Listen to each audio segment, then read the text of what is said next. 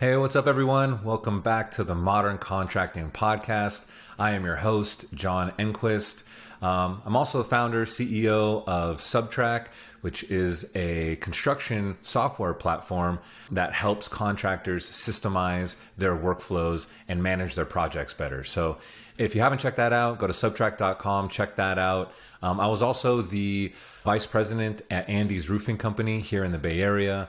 Worked there for about 15 years. So been around the block a little bit. And in this podcast, I hope to share with you some tips and tricks that I've picked up along the way so that you can run your construction companies better as well. Hopefully we can educate your team members and provide you with little nuggets that will make the world of construction a little bit easier for you. So welcome back. Thanks for listening. Thanks for tuning in. Make sure you like, subscribe to this podcast.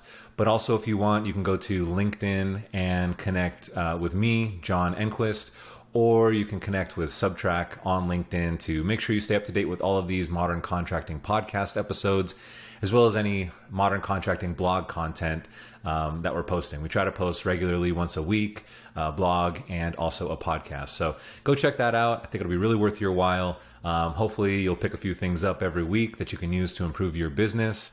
I'm happy to share. So you can also subscribe to this podcast on either Apple Podcasts or on Spotify. We're pumped to have episode 2 kicking off right now. And for this podcast, I wanted to talk about how to navigate client relationships when projects go sideways. I do a little bit of coaching in my spare time for contractors. And recently I had a contractor who couldn't sleep, emailed me at about 2 o'clock in the morning, saying, "Hey, John, can you take a look at this email that I want to send back to this construction manager, and let me know your thoughts on it." So, read the email, and it was just not good. The construction manager had complained about the contractor's superintendent. There were some things going on the project that the construction manager was just really not happy with. And as these emails tend to go, it was a buildup of things, right? It wasn't just one thing. It was a whole number of things that had led to the construction manager wanting to basically replace the superintendent on the project. And so I was trying to reword the email to make it a little softer, a little nicer, a little bit more accountability in there. But ultimately, I had to stop and just kind of tell the contractor, "Hey, look, they're kind of right. So there's no amount of deflection or defensiveness that's going to get you out of this scenario. Instead, what this needs is a gentler and more empathetic approach to what the construction manager is trying to tell you and the concerns that they're raising." So I thought it would be a great opportunity to share with you guys how I would go about navigating a situation like this. So we wrote a blog article at moderncontracting.com. It was about how to navigate a construction project that's gone sideways.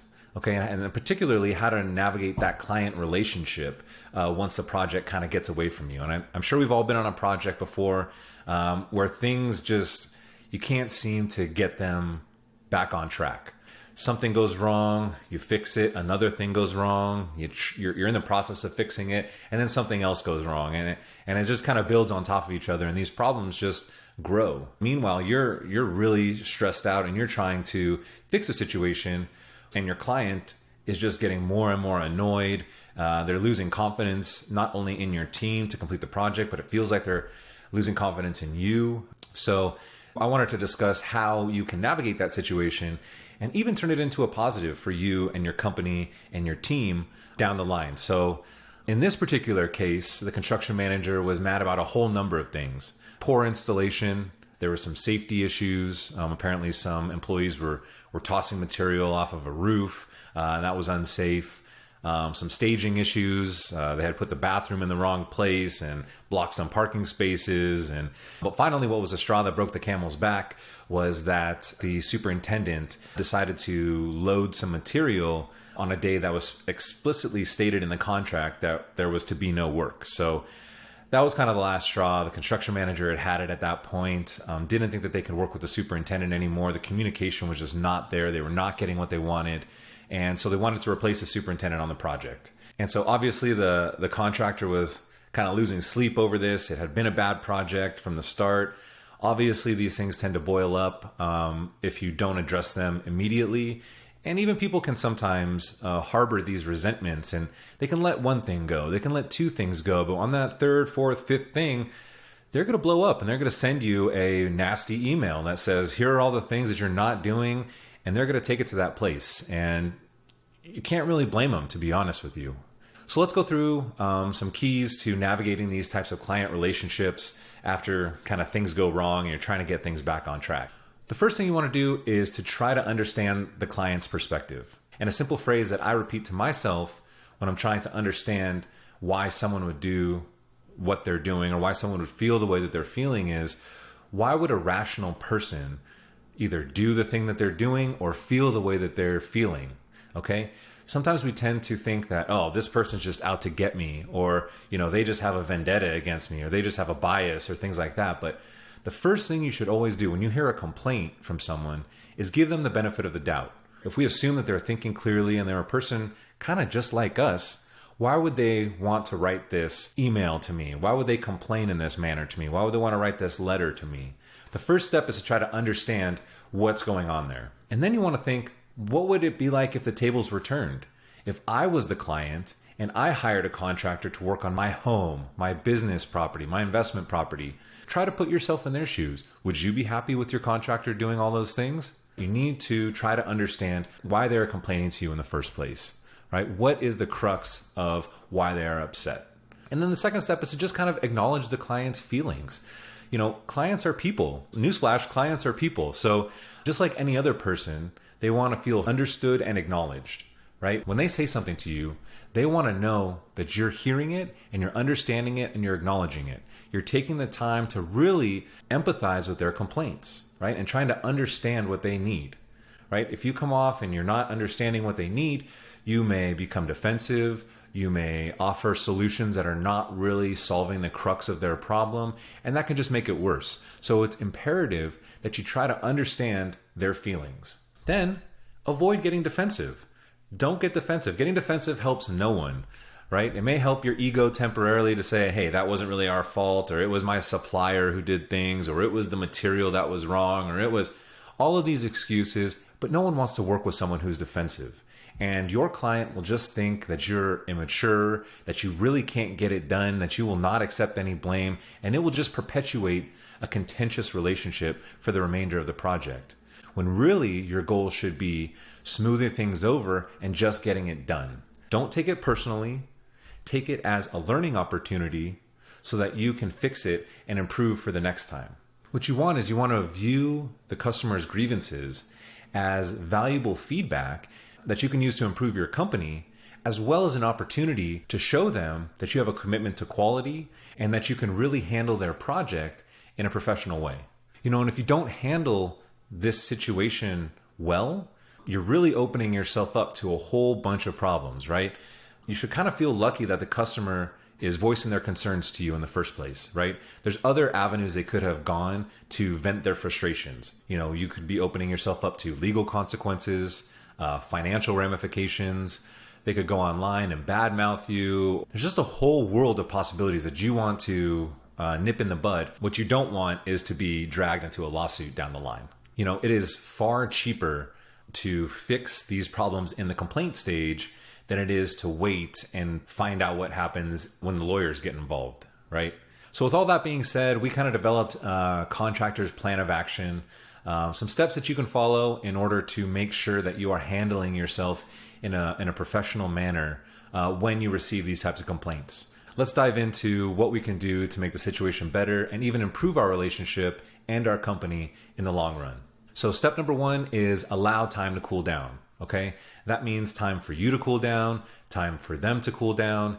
And what you really want to do is avoid firing an email right back to them. That's the worst thing you can do, or calling them up and yelling about whatever they complained about. Take some breaths. Take 5 minutes, take an hour. Preferably you're waiting until the next day to write them back. When you get into work the next day, hopefully you'll have a clearer head. You'll have gotten some rest. Take some time and wait until the next day to respond to them.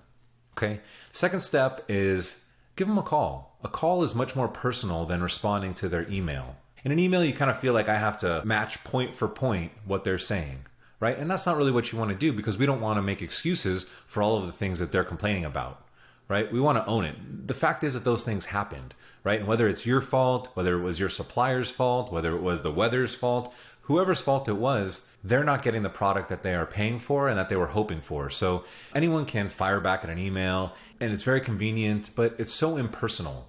And what you want to do here is you want to really convey that, you're a human too, and that you're listening to them, and that you're understanding what they're saying, and that you think it's bad also, and that you're going to make sure that it never happens again. Here's a sentence that you can kind of start off your call with. Feel free to adjust it, but it gets the main point across. So that sentence is, I spent some time thinking about your concerns, and I want to apologize for what has happened with the project.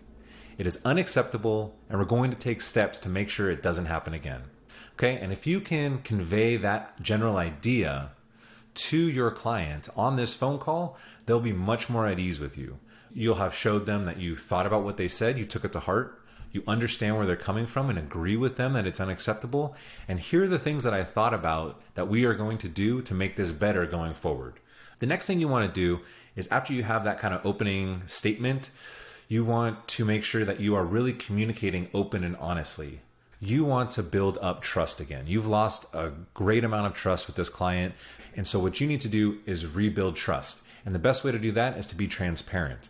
You need to put special attention onto this project and to open up that communication with this client. What you want to do is provide context about the limitations that you're facing. So as you continue on this project, if something comes up that is a challenge for you, think about whether the customer is going to be okay. Remember, put yourself in their shoes. If I was the customer, would I be okay with my contractor taking this next step? If the answer is, I don't think that I would be okay with this, you need to reach out to your client and you need to communicate with them and say, hey, we're trying to continue work on the project, but this is the limitation we're facing. What do you think we should do? And by communicating it openly and honestly, you're providing context about the limitations that your company is facing, right? And the customer is more likely to be agreeable with you and to understand where you're coming from if you bring them into that process. And that kind of leads us into step number 4, which is collaborating and finding a solution with your client. And when you bring the client into that decision-making process, you're doing a number of things. First, you're making sure that you are understanding what their needs are, and you're offering them to provide their input to make sure that your path forward is one that they're going to be okay with as well. And perhaps most importantly, when you bring your client in on the decision-making process, you're making sure that you are both on the same team. Whereas before they were complaining and you were defending, but by communicating with them what your problem is, what your limitations are from your company, you're allowing them to offer input as a teammate to get this project done. And that will really improve your relationship for the remainder of the project.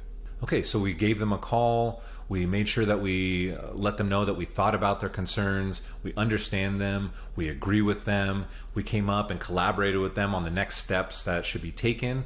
That's a great phone call. The next step after you have that great phone call is to send that follow-up email, right? You want to document what was said. You want to document what next steps were discussed. And you don't really want to focus on the past, right? You don't want to worry about, I need to go back and address all of these complaints one by one and get defensive all over again. That's not what this email is about. This email is about looking forward. Look, great talking with you today. Glad we could work out a solution that works for both of us. Here's what we're committed to going forward. Let me know if you have any questions. That type of an email, be fine. Okay, and that brings us to our next step, which is that you really need to stick to those promises. Okay, this is your second chance, right? You're not going to be given a third, so you better actually put some attention onto this project and make sure that nothing else happens. So take some accountability, be proactive with this project, and make sure that all the things that you're promising them come true. Okay. The last step in this process is to learn from your mistakes and put safeguards in place to make sure these sorts of things don't happen again. Right. And you can do this by updating your standard operating procedures with a product like Subtrak. But really the key is to make sure that you're using this as a teaching moment for your team. Don't be afraid to let the rest of your team know what you encountered on this project. How can we prevent this going forward? Like I said, a great way to do that is to update your standard operating procedures, train your team based off of this new information. Perhaps you need to put different safeguards in place to make sure your quality is better, your safety is better, right? Your communication is better. Whatever it is, think about that, reflect on this moment so that you can make your company better going forward. Implement all of those thoughts into your training program so that new hires and current employees alike can get the benefit of learning from this mistake. Okay, so that's about it. The next time you get that angry email in your inbox, calm down a little bit, try to be empathetic and understand where the customer is coming from. Make some commitments that you think that they will appreciate. Talk with them about it. Be open, be honest. Bring them into the decision-making process, and you will just completely turn around that relationship if you approach it from that empathetic and sincere way. Well, that's it for this week's episode of the Modern Contracting Podcast. Again, Modern Contracting is sponsored by Subtrak, the workflow management platform for contractors. You know, I was a contractor for 15 years and I struggled to keep track of things in my business. I had a long mental to-do list of all the things I needed to do every day. My employees had the same. And so I wanted a platform where we can put all of our to-dos into one system, and that would also help us track projects, track standard operating procedures, and really document the system that made our company what it was. So that way we could train people easier and ultimately prevent people from standing around, not knowing how to do something, and ultimately save a lot of money. So if you're interested in using Subtrak, go to subtrak.com, sign up today. You can become a free founding member. You get all sorts of perks like priority access, 25% off for life, extended onboarding, extended customer support. You work with me, we'll get Subtrak set up working for you. We'll systemize your business together, and I think you'll have a lot of success with it, and it'll help you save a lot of money, help you grow and hire in the way that you want. So subtrak.com, sign up today to become a free founding member. If you like the content on this podcast, you can go ahead, like and subscribe. You can also connect with me on LinkedIn. Again, I'm John Enquist. Thank you for listening to the Modern Contracting Podcast. And until next time, happy contracting.